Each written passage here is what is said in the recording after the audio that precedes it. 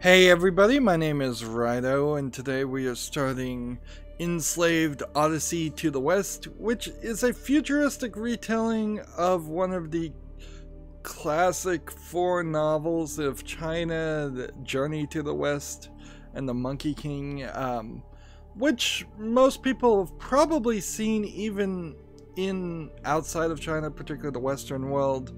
We've seen them in different iterations and references to it, but we probably don't know the full story. Honestly, it gets repeated so much, I feel like it's kind of like a, what would be the overhyped classical piece of literature that you often see when countries kind of enforce culture and enforce books being liked. There's similar equivalents in the United States, particularly, in which we are forced to read like Huckleberry Finn and To Kill a Mockingbird. A lot of those books aren't particularly great. Lord of the Flies is a great example of another book in the United States that's required reading, and I imagine that's the same here, although, you know, Journey to the West might actually be good. We don't need to do too much setup. This is a 2010 game made by Team Ninja, which is weird because this game comes right in between Heavenly Sword, which they made for the PlayStation 3 and sadly never came to PC, and the reboot of Devil May Cry that was just called DMC, which sadly never got a sequel, so it's a little bit up in the air whether that license would continue with DMC 2 or it would just make Devil May Cry 5. It'd probably make Devil May Cry 5. Being a 2010 game, this has some odd features. It has the old Xbox 360 buttons that are more emphasized on being green and red compared to an Xbox One controller where everything is more black with just the letter A being green and the letter B being red.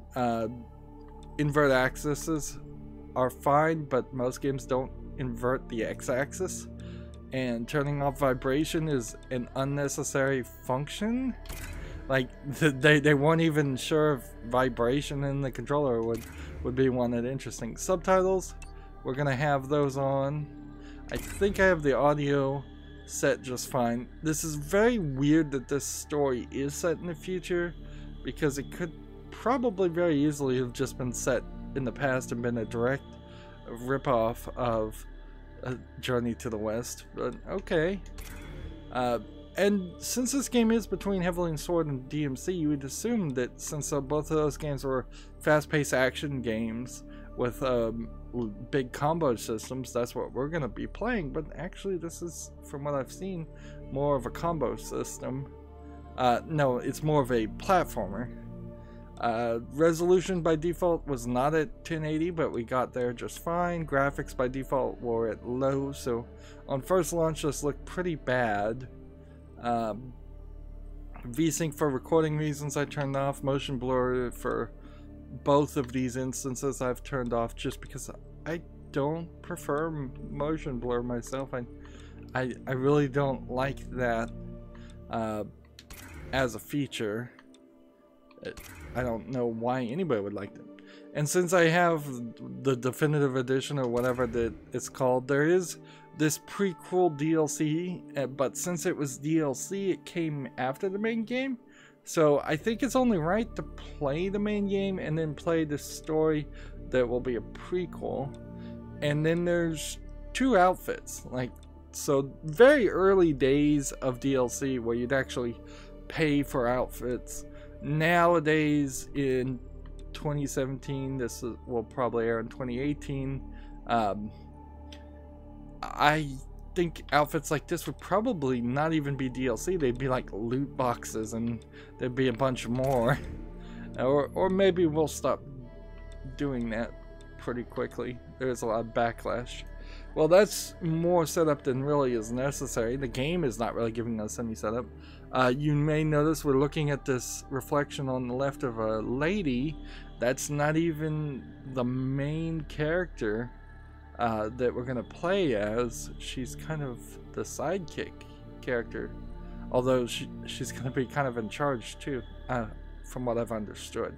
I've really wanted to play this game for a very long time, and it's hard to even justify this now since it's such an old game and since it just popped up and then got good reception but didn't get a lot of player base reception.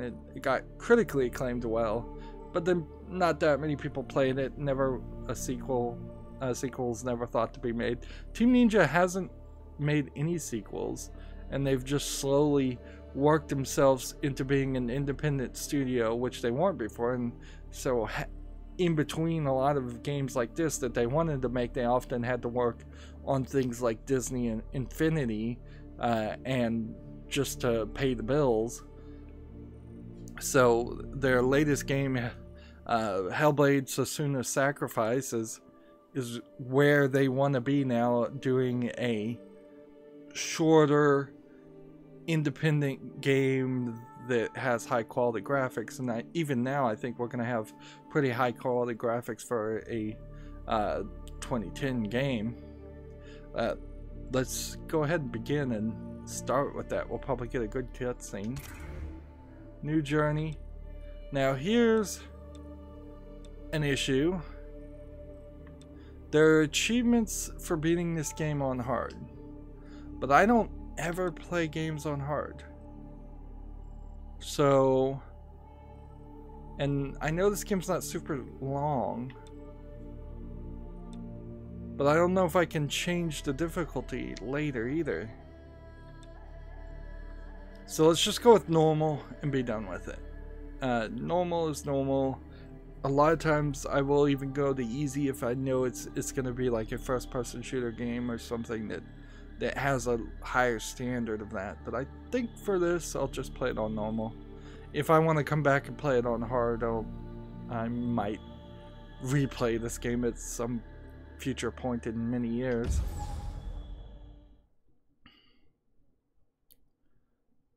Let's see, here's an owl mask and loading. And I have to move the mouse out of the way because it's at the bottom of the screen. Welcome to slave ship 909 en route to Pyramid. You have been assessed, and any injuries sustained during your capture have been designated as non-life-threatening.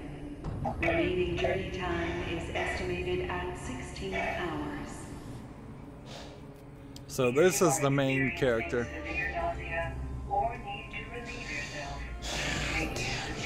Position beneath your feet. At Pyramid, a new life awaits you. Free from the random hazards of the wild.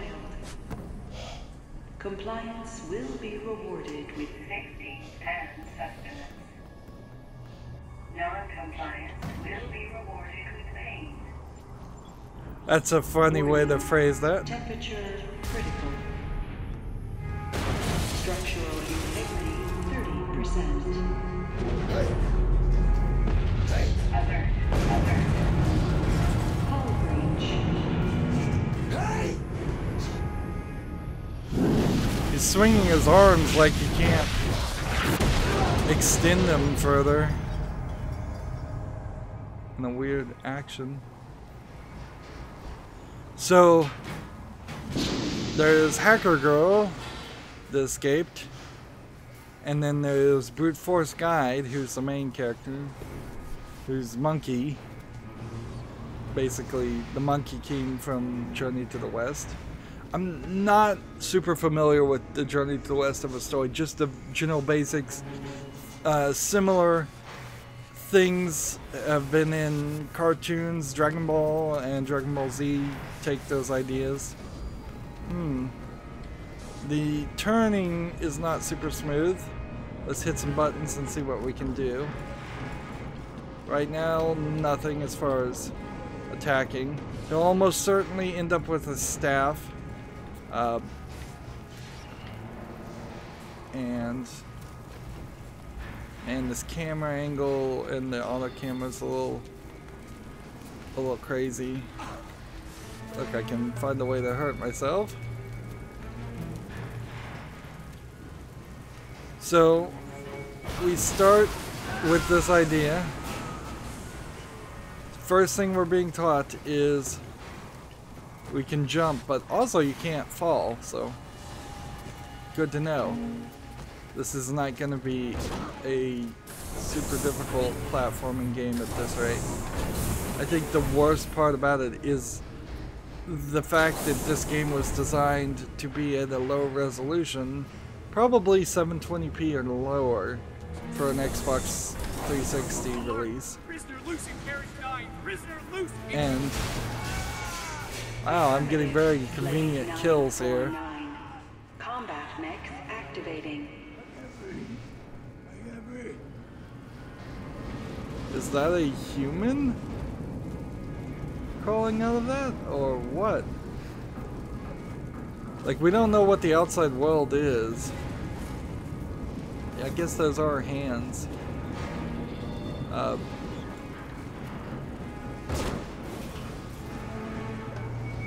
And yeah, so when you start scaling up games, if the engine isn't in the best of shape, then you will have a sensitivity here, and I feel like that's probably something that we need to see if we can turn down. So under control options, aiming sensitivity, and then let's see, aiming X sensitivity, aiming Y sensitivity. Let's go down 2. It was already 2.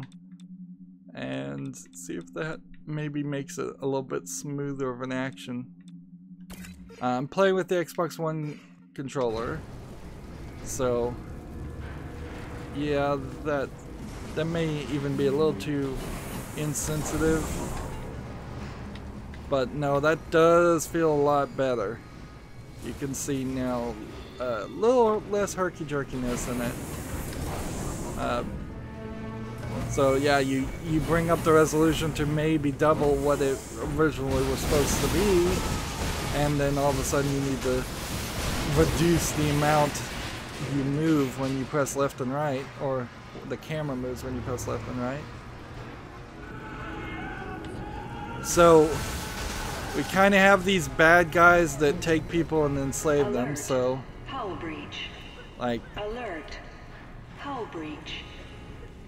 I could see immediately why a game like this with this name would not sell well, or be something you want to purchase just in the store.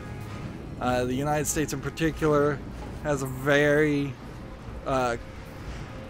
sordid history and bad history of having slaves, and most countries have. And so buying something called Enslaved is not a smart move. It's not something most people are going to want to do. If they had just called this Odyssey to the West instead of a one-word title, it would have been better, but advertisers almost certainly demand that there be a one-word title, and Odyssey alone probably wasn't good enough. And calling it Journey to the West would be slightly problematic. Now we're doing some platforming here that probably when this game came out was pretty brand new technology. Nowadays you've seen it in so many games, it's cliched, but just being able to have an area that has been pre-programmed to be where you're gonna jump and highlight that area took a while to get to. Let's get off this thing.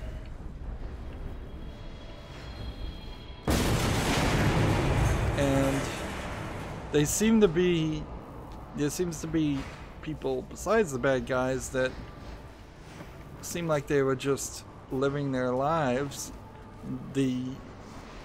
the tattoos, the makeup, the marking, all represent that some sort of culture existed. Clothing, language.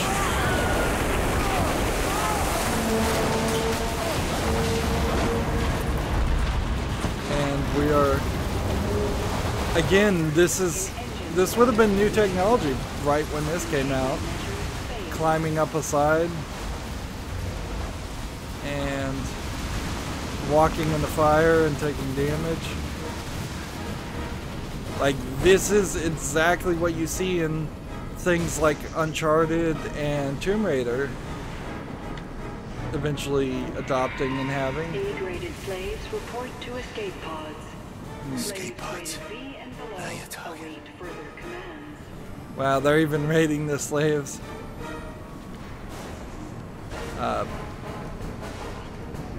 So, Heavenly Sword, the game right before this, was the exact opposite of this. There really wasn't any platforming.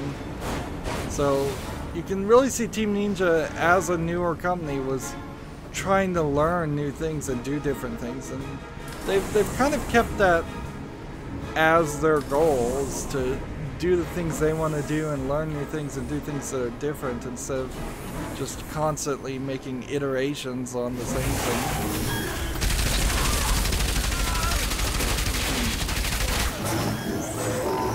And we have enemies. This thing. Gotta get my weapons back. Robotic enemies. So I think these guys might be slaves. Stuff. Where's my gear? Stuff you took away from me. I can't talk to you. It's against the rules. Item storage in the lower hall. Slave 6B58 is assisting escaping prisoner. Level 1 infraction. Command. Terminate slave 6B58. Please!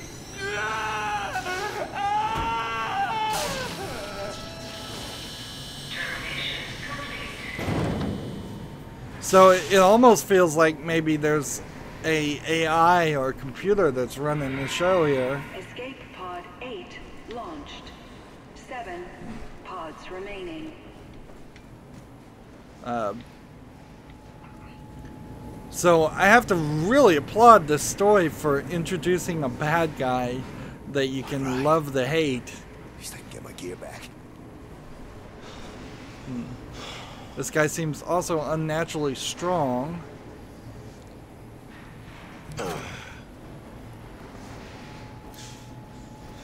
And he's putting on... Damn. He has more weapons.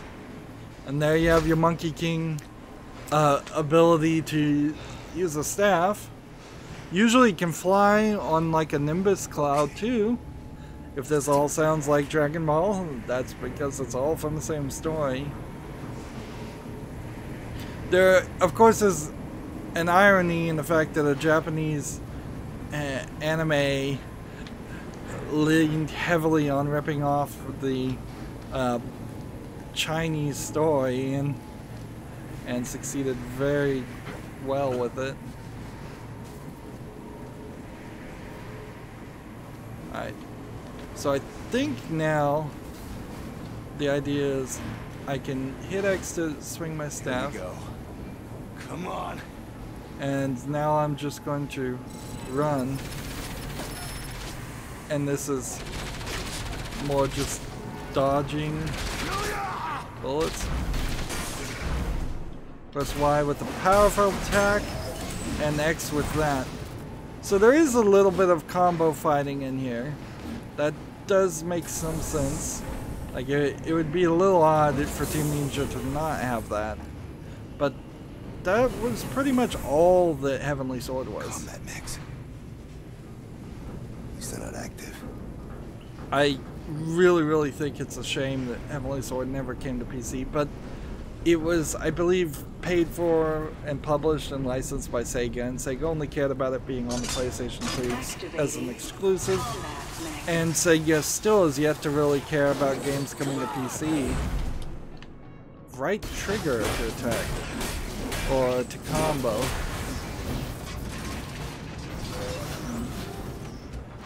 And see if any of these guys from behind me press in a direction and like. So right trigger is a shield, but it seems like you can move forward so fast on attacking that it doesn't even, you don't really need the shield, at least on normal difficulty. And there we get a little cutscene. 7 launched. 6 pods remaining. Better get a move on. And this door's not gonna open.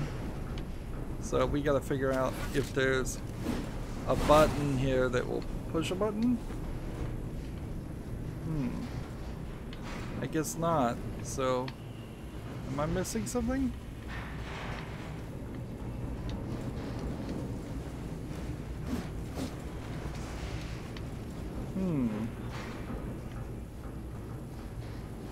There's something here on the ground flashing.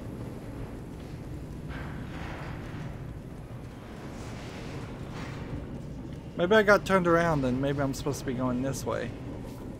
I guess that's the case. Oops. Oh no, you gotta be kidding me! Press A, X, and A for a roll. What happens when I hit X and Y? What happens when I hit B and Y? What happens when I hit A and B? So I am not really following the instructions at all. But clearly there's some combinations of buttons, which generally I don't like that too much.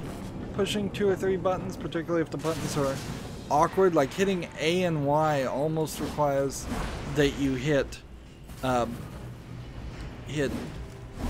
use both of your thumbs, the left thumb and the right thumb, or just doing a very awkward move in which you use your right thumb to hit both buttons. It's one of the things that introducing the left trigger and the left bump and all of that was supposed to avoid is clicking down the left stick even.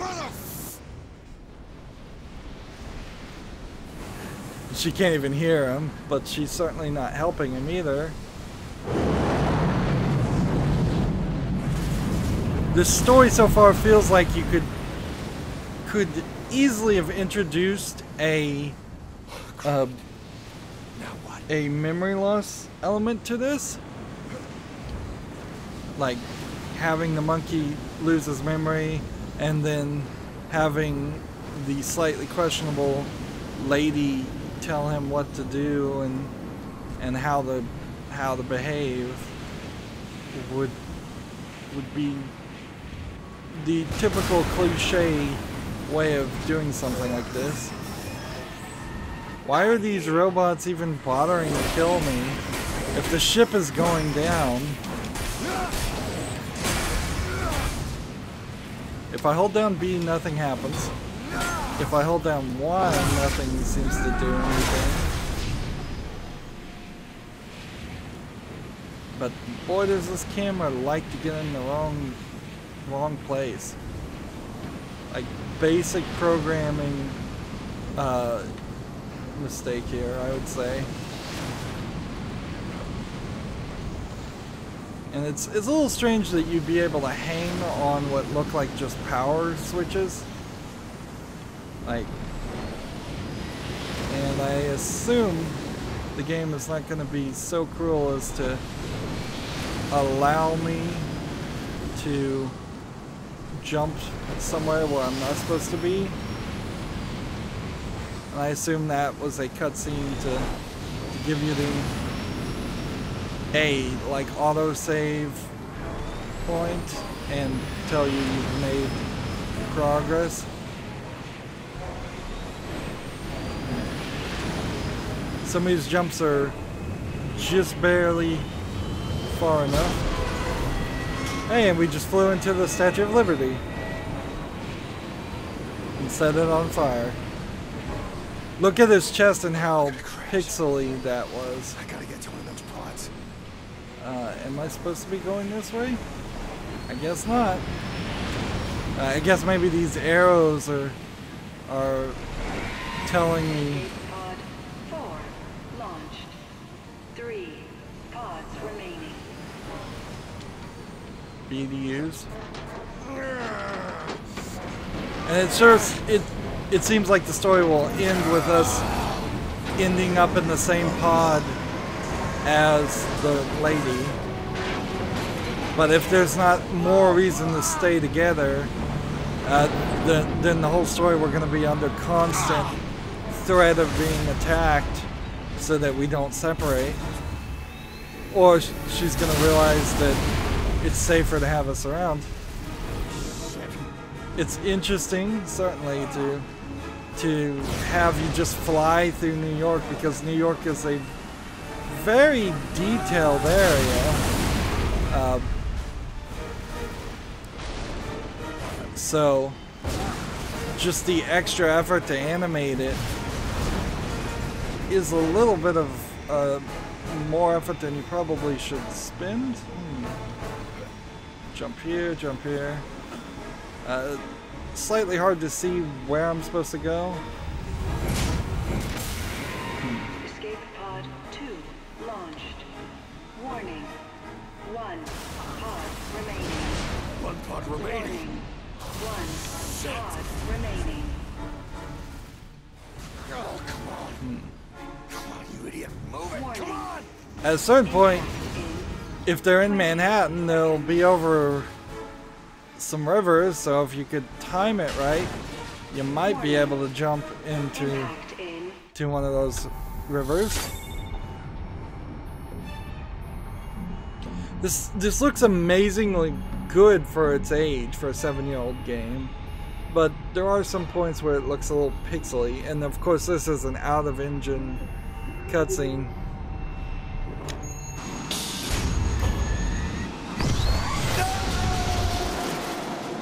So he's holding to the outside of it.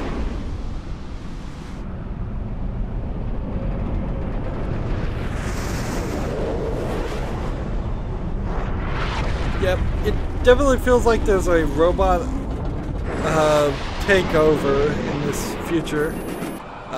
According to the description, this is 150 years in the future. So we're gonna end up, I guess, playing in Manhattan.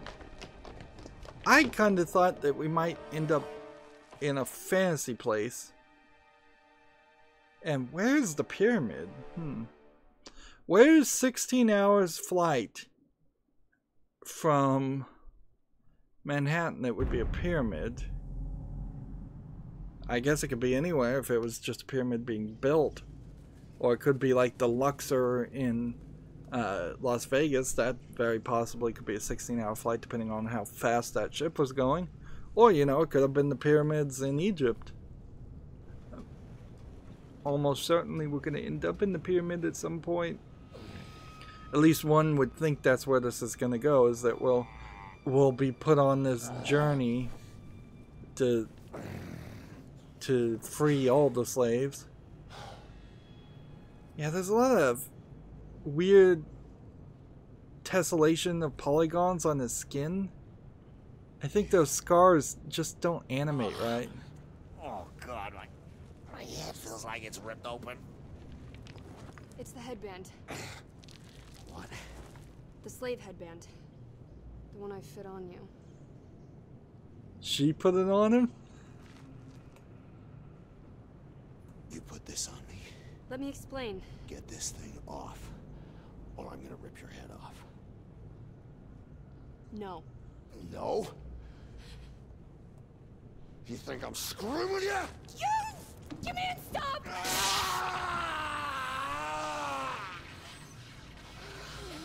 It works. Command, move away from me. This seems a little extreme. What the hell are you doing?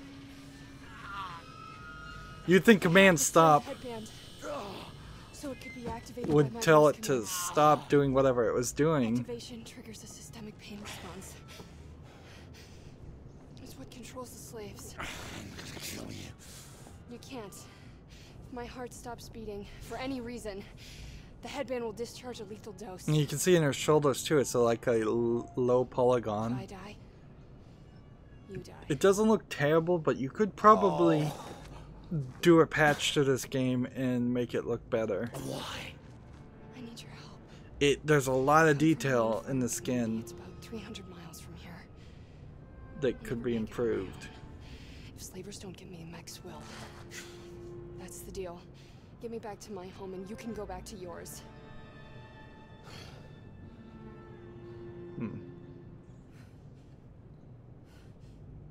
Looks like I don't have a choice. Neither of us do. I'm sorry. Man, does that not look good? Okay, Maybe I should turn motion blur on. let's go. Like, maybe that's what's not looking right here.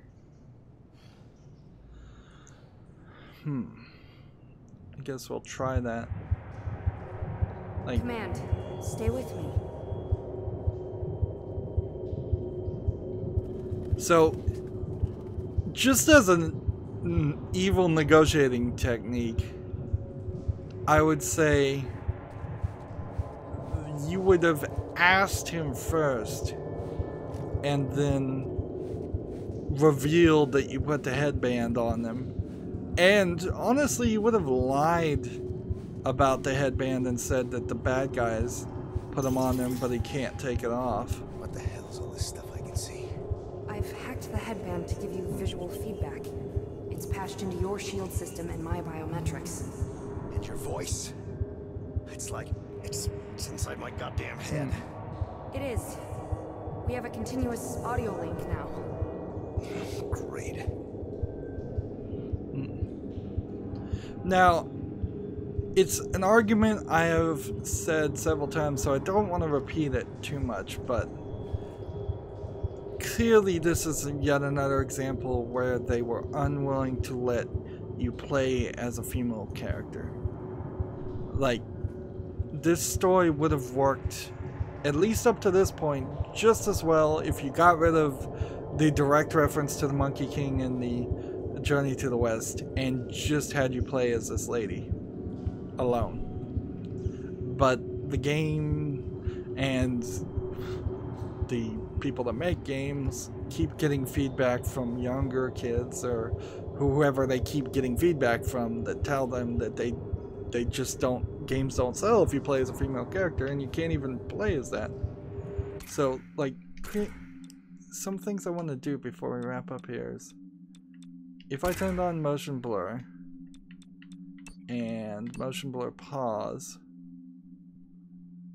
which I have no idea what that means, and sadly I can't increase the difficulty, so I would have to start the whole game over, and I really haven't had enough of an experience to. So now when you pause, it applies a motion blur? I wouldn't even be able to tell right now. And there's like no back button actions. I bet the back button doesn't do anything for a game this old. We'll just have to see. Yeah, if I was to restart the game and play it on hard, I still wouldn't really know if maybe 2 or 3 hours into the game I run into a really difficult boss. One assumes that there will be bosses in this game. So I really haven't learned anything there. That is the slight nice thing of playing games where they have you do a boss fight, and usually what they'll do is they'll have you do a boss fight with all of the unlockable abilities, assuming this game does unlock more abilities, and then you're fighting somebody who is relatively different about the average level of boss fight at the very beginning, and then you beat that boss, but then something happens and you lose all of your abilities. It would have been so easy to have a scene like that in this game, and then you get captured, and then you just continue from that point. But they didn't do that. Instead, they more emphasized on small group fights and even a higher emphasis on platforming. So I assume that's what we're going to have in this game. Well, we've been going for 30 minutes, so that's going to be it for this recording. As always, I ask you to like, share, subscribe, comment, and watch every second of my videos. If you want a friend or follow me on basically any social media sites, there's a whole bunch of links down below. Thank you for watching. Have a good evening.